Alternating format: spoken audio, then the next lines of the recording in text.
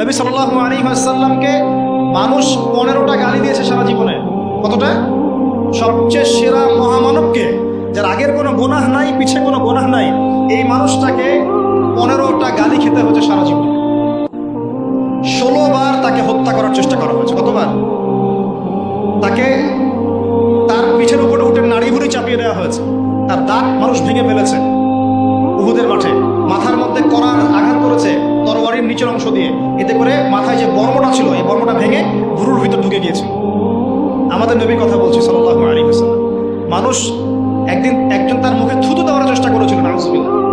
জানেন, নবী সাল্লাল্লাহু আলাইহি ওয়াসাল্লামকে তার আপন চাচারা দূর দূর করে তাড়িয়ে দিয়েছে অনেকে, তাই নাই?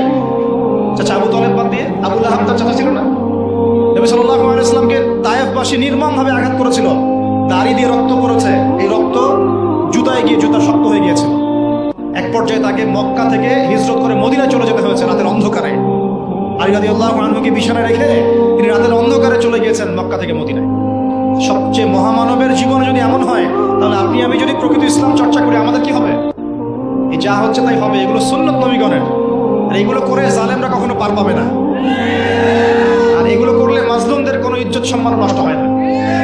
আল্লাহ পাক যাকে বড় করবেন, আল্লাহ পাক যাকে কবুল করবেন, আল্লাহ পাক সম্মান ইজ্জত কবুলিয়ত দিবেন, সারা দুনিয়ার শক্তি মিলে তার কিছু করতে পারবেন ইনশাআল্লাহ। আল্লাহ পাক যাকে অপদস্থ করে দিবেন, তাকে সারা দুনিয়ার মানুষ মিলেও সম্মান দিতে পারবে। আর এই দুনিয়ার সাফল্যই চূড়ান্ত নয়, পরকালের সাফল্যটা চূড়ান্ত ইনশাআল্লাহ।